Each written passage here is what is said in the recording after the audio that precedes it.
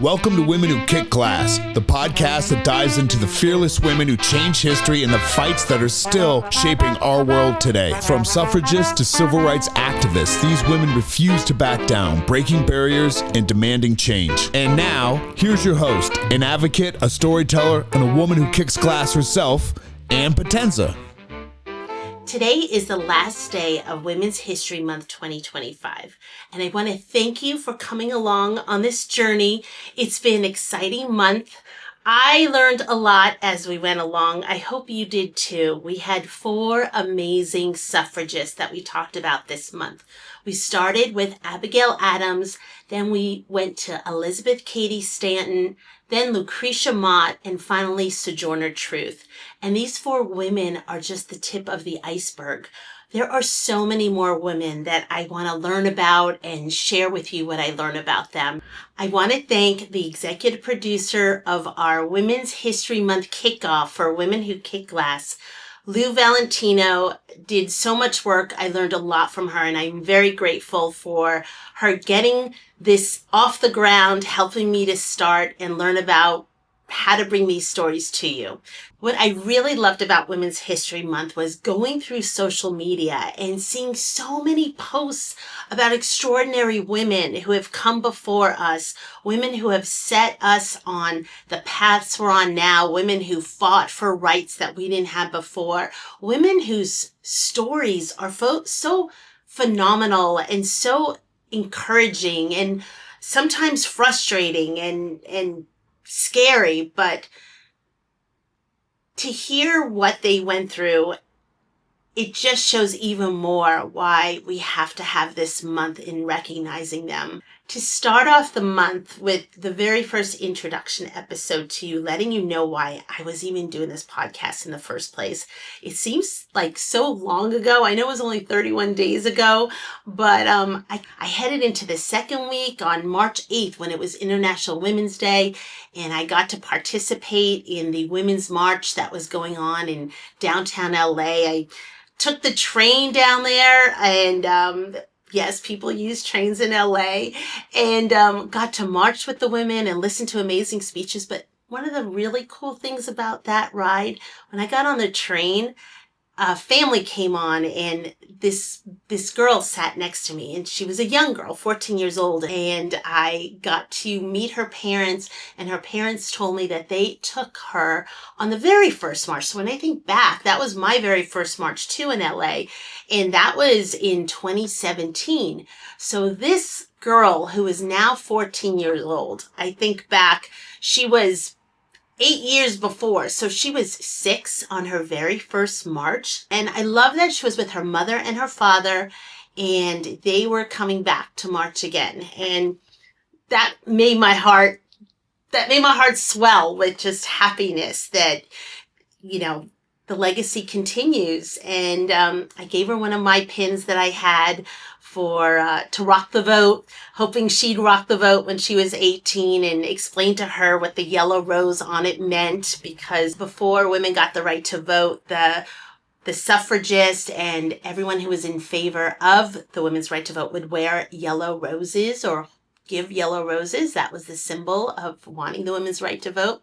And then over the month, I had one friend who showcased her one woman show that she wrote and she acted in, and it was from a women's point of view. And it was very clever and very, very unique. And another friend of mine who's a composer, she wrote the music for this amazing show. It had 3 women. They were all Rosie the Riveter, from an Irish woman to a Black woman to a Latina woman. And they all had their form of Rosie, and they were Rosie the Riveter, the women who worked the factories when the men were at World War II. And it was a beautiful show. And the theater we were at was the Ebell Theatre, which is in mid-Wilshire, LA. And I didn't even know about it. And it's a women's theater. It was founded by a women's club organization in the late 1800s, I think 1894. And it's one of the only women-run theaters in Los Angeles. So that was a really great thing to learn about this month. And while we were there, the Girl Scouts were there, which was fabulous to see like we said, another generation of young women hearing about strong women that came before them. So this month has been very rewarding, very, very encouraging. At the same time, in the midst of all the positive work, we were doing about learning about women who fought for our rights. In our current political climate, there were terrible things happening, unfortunately. I'm going to share with you a list of some things that have been happening since we've been in this new administration. And this list was composed the beginning of March, at the beginning of Women's History Month. So who knows what's been added to it since then. But I want to thank Areeba Haider, who wrote this article. This was published from the National Partnership for Women in Families, which used to be the Women's Defense Fund back in 1971. So the first thing was the firing of National Labor Board members Gwen Wilcox and General Counsel Jennifer Abruzzo. The National Labor Relations Board is an independent federal agency that protects employees from unfair labor practices, and it supports their ability to organize a union and enforce the National Labor Relations Act. Research has found that Black and Asian women and part-time workers had the largest gains in union membership growth in 2024. And women workers who are represented by a union see a multitude of benefits, including higher wages and more access to vital benefits such as paid leave, pensions, and health coverage. Despite the benefits of this organization's work, President Trump illegally fired board member Gwen Wilcox just 1 week after his inauguration. She is both the first Black woman to ever sit on the NLRB board and the first to be terminated from the position. Without her and a permanent general counsel, the NLRB board is short of the required 3-person quorum and cannot make major decisions. Number 2, firing Equal Employment Opportunity Commission commissioners Jocelyn Samuels and Charlotte Burrows, as well as General Counsel Carla Gilbride. This is also an independent federal agency with a bipartisan slate of 5 commissioners. The agency is at the front lines of civil rights enforcement and investigating and fixing employment discrimination charges. Wow, in 2023 alone, the commission received more than 81,000 complaints of alleged discrimination, including by sex, race, religion, and age. So this organization plays a vital role in ensuring that all workers, and women workers in particular, are treated fairly. And now that they're short of commissioners and a permanent general counsel, the EEOC is without a quorum and cannot make significant policy changes. Number 3, undoing long-standing protections for federal contract workers from workplace discrimination by rescinding Executive Order 11246. For 60 years during Democratic and Republican presidential administrators, EO 11246 has been in place to ensure that federal contractors do not discriminate against their employees on the basis of race, religion, sex, age, and more. The order has been an important tool against rooting out historic gender discrimination, unearthing difficult-to-find pay disparities, and helping to increase the number of women in upper-level, higher-paying jobs in leadership when they'd been previously shut out due to their gender. Now that the Trump administration has rescinded the executive order in its entirety, all workers, though women and women of color in particular are especially likely to face discrimination, these women are left without recourse in the face of discrimination from employers receiving taxpayer dollars. 4, planning to cut 90% of staff at the Office of Federal Contract Compliance Programs. This office oversees contracts with more than 25,000 firms, which employs 22% of the American workforce, and has recovered billions of dollars for workers and job seekers who suffer from discrimination. In the last 10 years, this agency obtained over $260 million for employees and job seekers who are discriminated against, and provided financial relief to almost 260,000 employees and job seekers. They protect at least 36 million workers. And the Trump administration is attempting to gut the office's enforcement power. A Department of Labor memo showed that leaders, as directed by DOJ, President Trump, and Elon Musk, are planning to cut this department by 90%, which means closing 51 of 55 offices and leaving only 50 employees to conduct the office's vital work. Number 5, undercutting civil rights enforcement across federal agencies. The Trump administration is undermining civil rights enforcement across every federal agency, including the Department of Labor, Department of Education, and the Social Security Administration. Eliminating the offices tasked with investigating claims of discrimination puts everyone at risk. For example, the Education Department's Office of Civil Rights investigates thousands of claims of racial harassment, sexual harassment, and sexual violence, and discrimination against students with disabilities each year. So if you undercut the agency's oversight and the enforcement abilities, it's dangerous for the millions who rely on the government to enforce the laws passed to protect them. Number 6, intimidating private sector companies to do away with efforts to implement equitable hiring practices and diversity, equity, and inclusion programs. On day 1 of the administration, President Trump signed an executive order aimed at dismantling diversity, equity, and inclusion.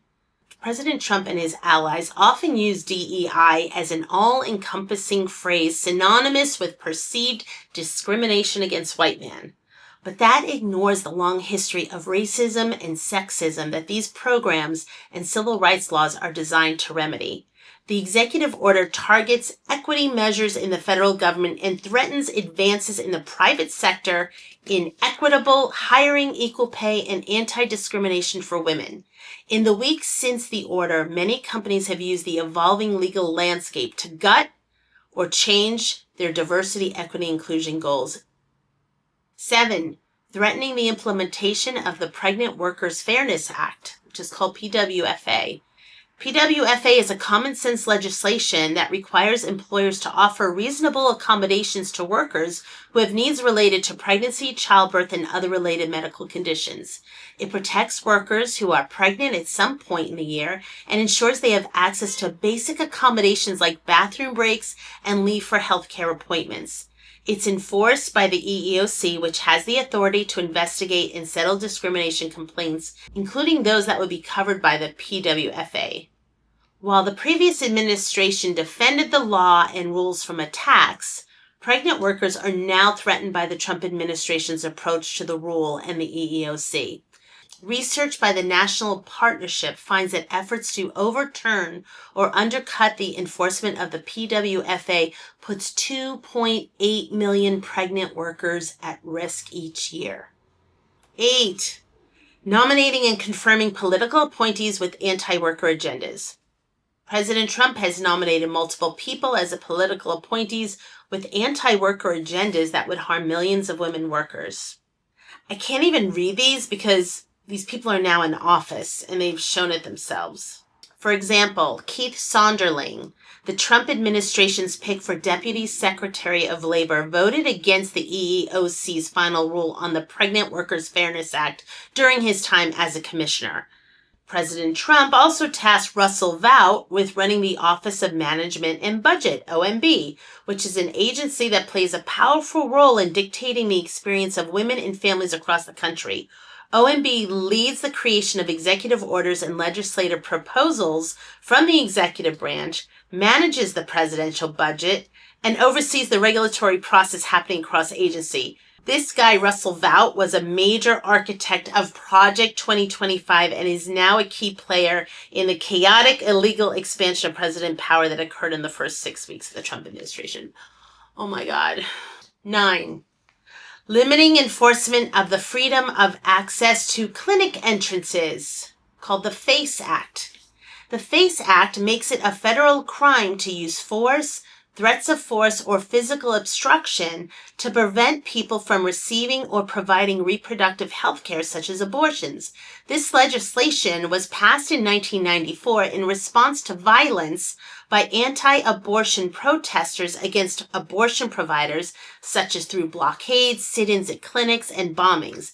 The National Abortion Federation finds that between 1977 and 2022, there were 11 murders, 42 bombings, 531 assaults, and 492 clinic invasions, amongst thousands of other criminal activities directed at abortion providers, patients, and volunteers.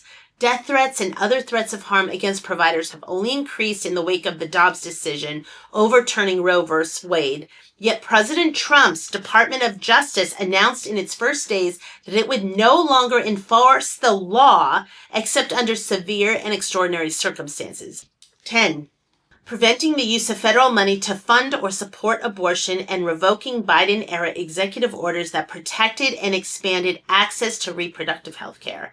In his first week, President Trump revoked multiple executive orders signed by President Biden that sought to protect access to reproductive health care. Those include an executive order that directed the Department of Health and Human Services to protect access to medication abortion, ensure emergency medical care, protect access to contraception, and more. The Trump administration also signed an executive order reaffirming the Hyde Amendment, which prevents federal funding from being used to fund abortions. The executive order goes even further than the Hyde Amendment does, opening the doors to end funding for programs that are seen to promote abortion anyway, including family planning services. These changes put tens of millions of women, particularly in states with restricted abortion access, at risk. I'm getting a headache just going through these. 11. Nominating and confirming political appointees who will harm women's health. Yeah, we know this. The new administration's cabinet secretaries and other nominees will have significant influence over policies and regulations regarding reproductive rights, including access to contraception, abortion, as well as other women's health issues. I can't even, because I'm reading these and all these people are in office now, because this was written 3 weeks ago. There have already been a lot of women who have died from not being able to get the health care that they need. I just can't even. We already know. All right, let me continue. 12. Threatening funding for crucial research on women's health. The administration attempted a blanket freeze on all government grants and loans, which immediately caused chaos and paused funding for services that support women and families, such as domestic violence nonprofits. Important research institutions, such as the National Institutes of Health, have had their funding and staff cut, resulting in uncertainty of future research funding, canceled study panels, and the serious possibility of researchers and scientists closing their labs. I mean, these were studies to cure cancer, understand conditions like endometriosis, or the long-term risks of pregnancy complications and the impacts of menopause.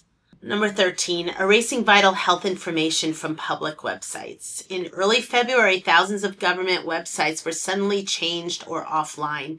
This included web pages for agencies such as the Center for Disease Control, USAID, and the Food and Drug Administration. Pages that included information vital to the public and medical professionals, such as information on vaccines and reproductive health, were pulled down in order to comply with the onslaught of executive orders, including those that called on federal agencies to reverse course on diversity measures and gender. 14. Threatening efforts to reduce Black maternal deaths and improve maternal health care.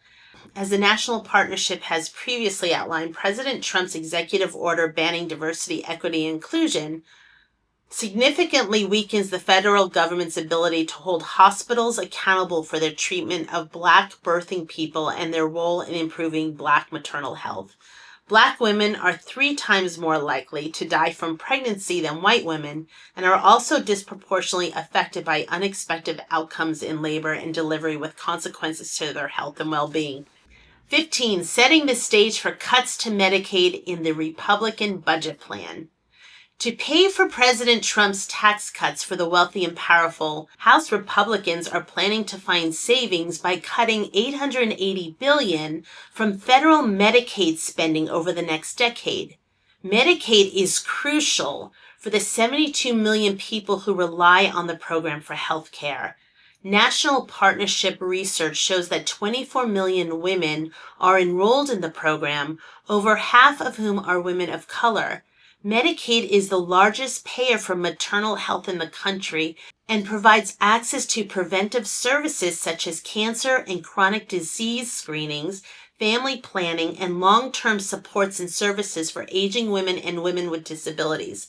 Women are the majority of seniors receiving Medicaid in every state. National partnership research finds that the proposed cut to Medicaid is the equivalent of cutting off benefits for nearly 4.8 million Medicaid recipients aged 65 and older annually, including 2.8 million older women. Number 16, setting the stage for cuts to SNAP, SNAP, and crucial food assistance programs in the Republican budget plan, which helps low-income families afford groceries. The program is the nation's largest anti-hunger program, serving roughly 40 million people each month with demonstrated positive impact on food insecurity, health outcomes, medical costs, and performance in school for children.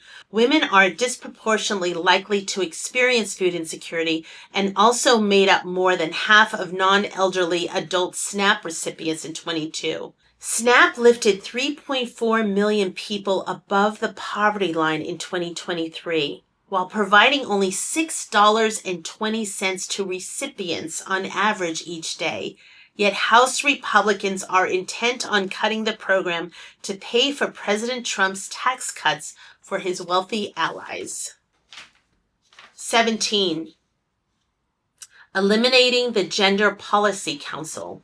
The White House Gender Policy Council was established by the Biden administration to promote gender equity and coordinate federal efforts to combat systemic discrimination, increase economic security, increase access to comprehensive health care, address caregiving needs, and more.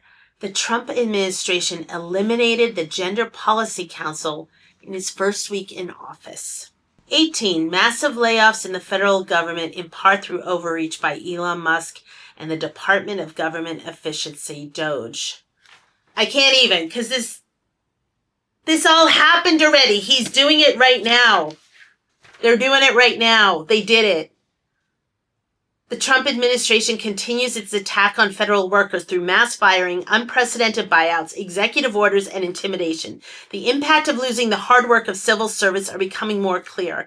Federal workers perform essential jobs in communities across the country to protect consumers, workers, and our health, including processing social security benefits, supporting survivors of domestic violence, rooting out discrimination, and maintaining our national parks. Federal workers not only support the work that millions of women rely on across the country, they are also important cornerstones to local economies. Research finds that women make up 45% of federal workers and that Black and Native women and women veteran workers are especially likely to be federal employees. Well, I'm a little late reporting this, but this has already happened and it's still happening. Number 19, targeting diversity, equity, and inclusion programs and offices in the federal government. They did this already. And threatened and have coerced many businesses in our country to cut this program. All right, let me just tell you, this impacts women workers, workers of color, disabled workers, and more. The Trump administration's combined efforts to scrap DEI programs and decimate the federal government targets women workers and workers of color. The DOGE team has been focused on plans to purge the federal government of diversity initiatives and government employees who they believe are tied to DEI, targeting anyone whose work might include words such as gender, justice, and equity. Already, the orders have eliminated programs aimed at women in wildland firefighting, domestic violence nonprofits, and women in underrepresented fields such as the trades. And 20, this is the last one. Regulating gender and gender identity and threatening gender-affirming care. One of the Trump administration's most egregious policy have been his constant attacks on transgender, intersex, and non-binary individuals. On his first day in office, he signed an executive order claiming to defend women. What the order truly does is allow the federal government to control and regulate gender. encouraging discrimination by the government itself against transgender people. The order also threatens the safety of all women and girls, subjecting all individuals to suspicion and surveillance of their gender, and inviting violence against those who do not conform with a narrow understanding of gender and gender roles. Ugh. You know what? As Nancy Pelosi did in his first State of the Union address, I myself am tearing these up. This was written a month ago. And as you can tell, as I got to it, half this stuff we already know is happening to us. I know it's really frustrating because I know a lot of you are paying attention to what's going on out there. It's not even on here, but I posted just the other day about Trump doing another executive order because he wants to go in and he wants to go through the Smithsonian and decide on the exhibits because he's not happy with some of the exhibits, such as the Black History exhibit and the Women's History exhibit. He wants to make changes to those. He says it's in the name of thinking it's un-American to say bad things, pretty much to say bad things about who we were as Americans. But come on. We know exactly what he wants to erase. He wants to erase the history of the mistakes that we have made as Americans. And it's really important to keep our history intact as best we can. You can see just from them erasing the things off of the websites that they're trying to erase it. As I go forward with this, I'm going to continue sharing the positive women, the positive stories. I had to share this because I'm concerned. I know that you're concerned. And it's just important that we can't be asleep right now. We have to be awake. Yes, awake, woke. I guess we have to be woke, which means being awake to know what's happening in our life. I don't know about you, but I don't want to live in the fictional tales of 1984 or The Handmaid's Tale. I don't want to be in that kind of world. What's scary is some of this stuff isn't make-believe anymore. This administration is trying to make a lot of these come true. Project 2025 alone is one of the scariest things if you read it. All we could do is pay attention, do our best to stay in tune with what's going on, fight when we can fight, be active when we could be active. One of the last things I'll share with you, because what has happened in the last couple of weeks, we have had amazing displays of peaceful protests all over this country. People have been getting out there and protesting against a lot of this stuff that I shared with you today. And they're still out there, and there's still more coming up. So as we end March, Women's History Month, listen, it's not just 1 month. Women's history should be celebrated every single day, just as Black history, just as American history, just as every single person who wants to remember where they came from. History is important, and the more we learn, the better we are. So thank you for listening to this special episode of Women Who Kick Glass. And until next time, I'm Ann Potenza. Keep kicking glass. Thanks for listening to Women Who Kick Glass. Be sure to follow and subscribe so you never miss an episode. To learn more, contact the show. Visit womenwhokickglass.com. Women Who Kick Glass is executive produced by Lou Valentino. Written by Lou Valentino and Ann Potenza. Until next time, keep kicking glass.